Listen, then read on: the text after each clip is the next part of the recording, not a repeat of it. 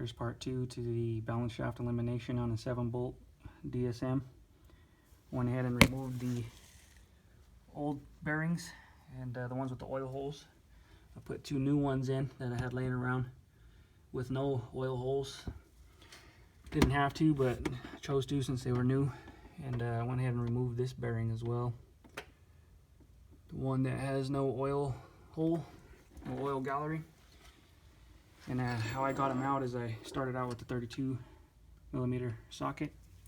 I used 2 extensions, 1/2 inch, to get this first bearing out. Drove it out with the face of this real carefully so I didn't damage the front of the engine where the oil casing goes, oil pump casing.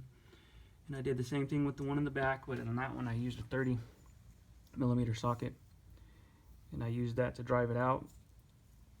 And to drive it back in on the back side, I used this one since it has a bigger diameter, so I didn't end up pushing the bearing past where I wanted to. And then as far as everything else, all I have left to do is remove the oil pump housing on the back side right here where the other balance shaft is, so I can get rid of that balance shaft and put in my stubby shaft and put it back together, torque it to spec, and possibly check the clearance on the oil pump gears to make sure they're in spec.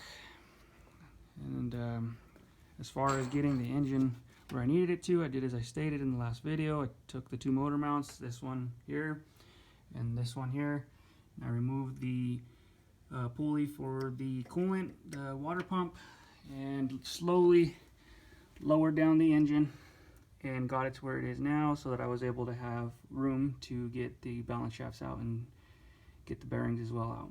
Now I just have to clean everything up, put it back together, and she should be back on the road once again. Not too bad, not too hard, just a little bit of patience and you can get it done. Good luck.